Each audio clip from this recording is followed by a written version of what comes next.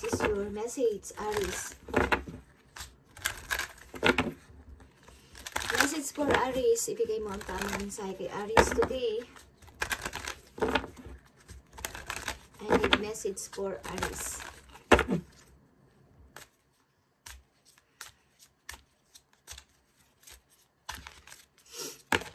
Message for Aries. Uy. May mga false person sa inyong paligid, Aries. Okay, Aries. Maaring may message sa inyo, guys. About dito sa tao na to. Okay. Aries, message. Mature woman. Okay, ikaw pa to, Aries. Meron ditong mature woman. Aries, message.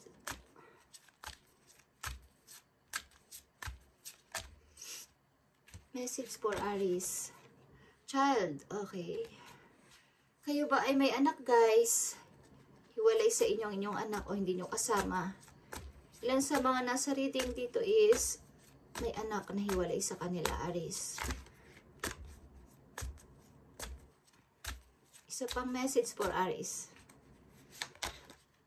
Courthouse, okay. Meron kayong pinag-uusapan sa court. At maring meron ditong may sakit, guys. Hindi ko alam kung isa sa mga elders ninyo or meron kayong inaalaga ang may sakit. Okay?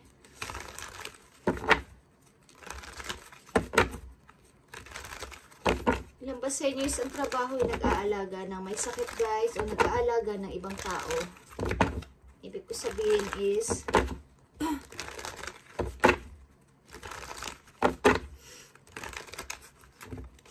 kung nurse kayo, caregiver, o ilan sa inyo, Aries, kayo may usapin sa court.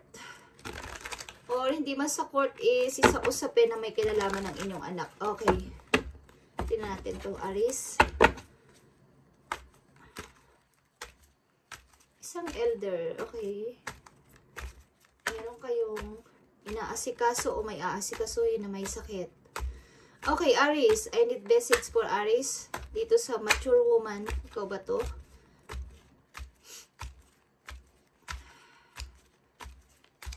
Kung kayo babae, guys, ang inyong partner si umaapila para sa bata, maybe, sa custody. Okay, Aries, I need message for Aries, mature woman. Okay, strength is here, your energy, maybe, but ito ay energy ng Leo, but maybe this is you. Okay. Maring busy ka sa work. Okay. Ginagawa mo ang lahat. Kahit ano. Kahit napakahirap ng iyong sinasagupa everyday sa iyong buhay. Mga pakikisama sa tao, pakikisama sa paligid, at sa mga nakakasalamuhan ninyo. Okay.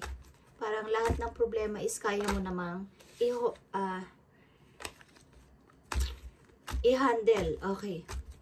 Meron kang strong personality, Aries. Okay, mature woman.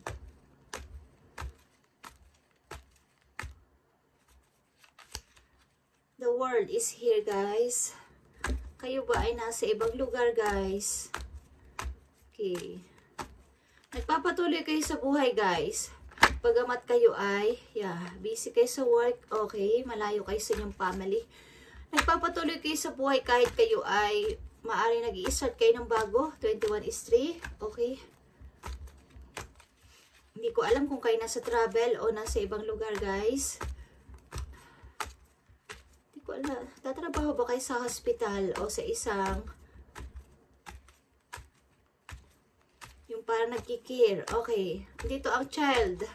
Anong kaugnayan ng mga Aries sa child? Sa bata. Okay. King of Swords is here.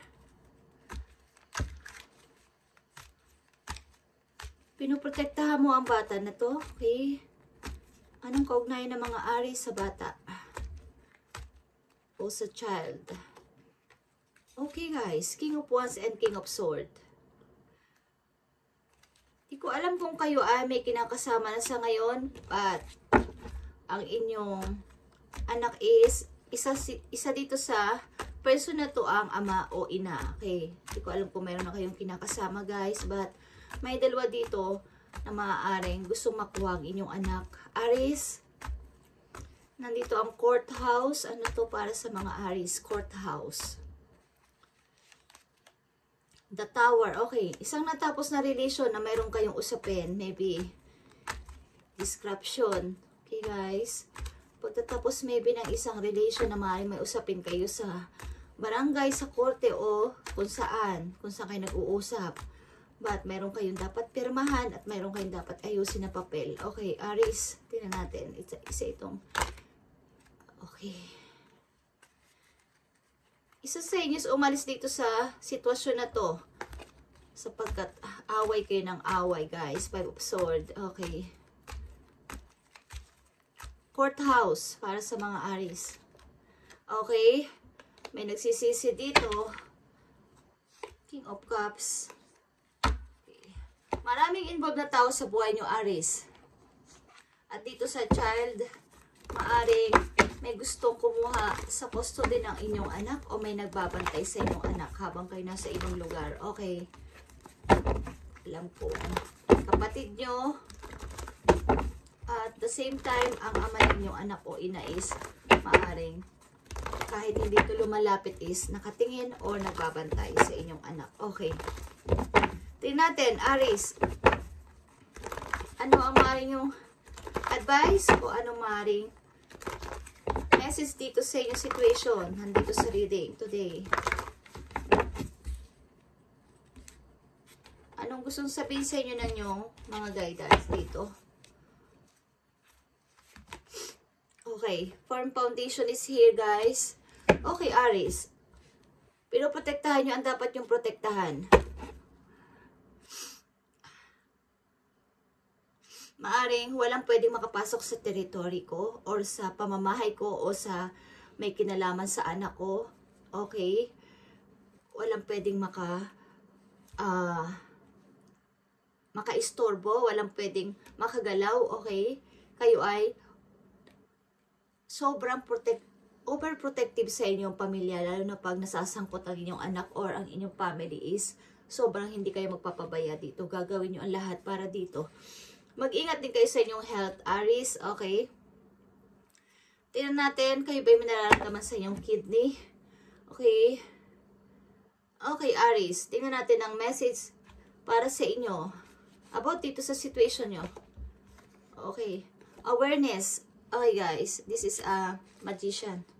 Awareness.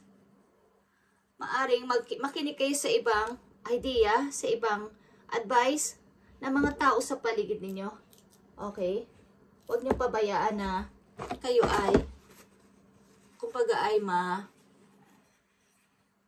magapi ng tao na to. Kung sakasakali, kung meron kayong mga usapin sa korte, okay guys, huwag kayong magpabayaan na kayo ay matalo ng tao na to.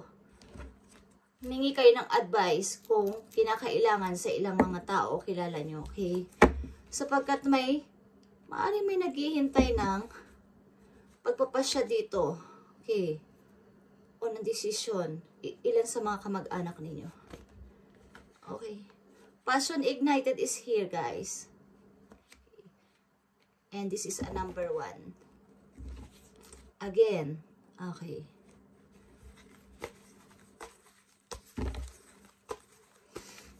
Gusto nyo mag-start ng bago, guys. Gusto nyo mag-start ng mula sa umpisa. Okay. Message for Aries dito sa kanilang situation, dito sa reading nila. Nakita nyo ang fertility. Gusto nyo mag-start something revert. Okay.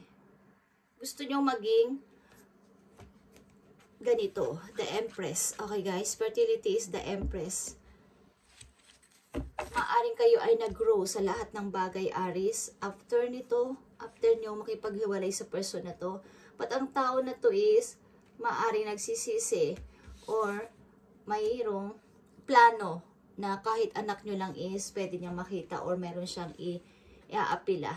Okay? Kung hindi man to sa korte is sa isang kasunduan, okay? Na mayroon kayong pipirmahan. Okay, wisdom is here or Hierophant is Number 5, something. Ang tao na to o may mga person dito na humihingi ng advice, something. Ito ay may kinalaman sa family issue. Okay, Aries, something guys, and triumph. Maaring kayo handa na sa inyong new direction, okay? Maliban dito sa mga problema na to, handa na kayong i-accept ang anumang mga opportunity o mga kung anong paparating na bago sa inyong buhay, okay? Financial and material harvest, guys. Financial and material changes, okay? At may tatlo ka ditong 5 is, o 4 na 5 is changes talaga ito and struggle. Okay, guys, maaring pabago-bago ang pagdating ng, kumbaga, hindi naman tataas, hindi naman lalago ang inyong, hindi naman lalago o hindi naman, kumbaga, hindi tataas, hindi bababa ang pagdating ng money, but may mga pakunti-kunting talagang gipit na gipit kayo and mahihirapan sa money. So, iwasan nyo ang, kumbaga, i-balance nyo kung paano kayo gagastos. Okay, mga cash flow nyo, tingnan nyo mabuti. Okay. Tingnan natin, Aries. Something na kayo ay nagmamasid sa paligid. Tinitingnan nyo ang kung anong pwede nyo maging unang step sa inyong pagbabago, sa inyong pag-i-start. Okay. Maaring mas habaan nyo pa ang pasensya nyo sapagkat si God ang mag-finish nito. Kumbaga, siya yung magtatapos. Kumbaga, may umpisahan kayong gagawin sa inyong buhay sa ngayon. May plano na kayo, sinabi nyo kay God, siya ang magtatapos nun. So,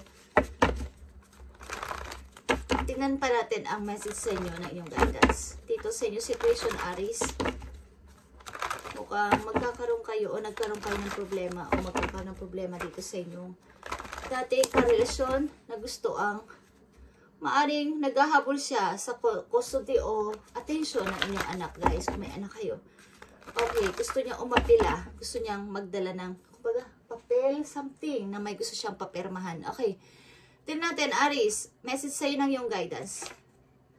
We love because He first loved us. Okay, yan ang sinasabi ng, ito yung sinasabi sa inyo, we love because He first loved us. Okay, kumbaga, kung may mga nagkasala sa inyo is huwag kayong masyadong kumbaga, yung talagang hindi nyo na mapapatawad ng isang tao kung nagkasala sila sa inyo. Okay? Sapagkat kung si Jesus nga, nilove tayo. Okay? Kumbaga, nag-sacrifice siya para siya ay magpapako sa cross is kailangan din natin gawin ang unawain yung mga tao na nang babato sa atin ng mga masasakit na salita at nanakit sa atin. Okay. Tingnan pa natin ang message sa inyo, Aries, dito sa inyong situation. Hindi ko alam kung may kinikimkim kayo sama ng loob sa tao. Sobrang nanakit sa inyo. At baby, ayaw nyo na itong makita o balikan pa. But kung may anak kayo sa kanya, connected kayo, guys. There is a power in God's word to change your life, Aries. Okay? Ang word ni God ay makapangyarihan, powerful, para mabago ang iyong buhay. So, huwag ka mag-worry. Habang ikaw ay nag-faith sa kanya, mababago ang buhay mo. Okay, Aries? There is a power in God's word to change your life, Aries. Okay, at isa pang mahalagang message for you.